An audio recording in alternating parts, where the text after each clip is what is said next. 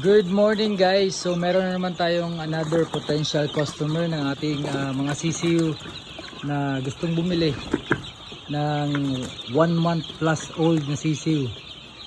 At then ngayon ay nagre-recompute muna tayo ng ating mga expenses dahil magre-recalibrate tayo ng presyo nitong mga CCU natin dahil syempre medyo mataas na din yung consumption.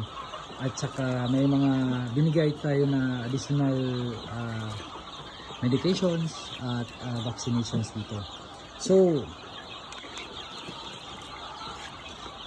sa mga nagtatanong kung magkano ng presyo, ay pwede kayong manood sa aking YouTube channel dahil in-explain ko yung management doon. And then, tinitingnan natin yung quality ng i-release nating mga alaga ngayon. So probably this week or next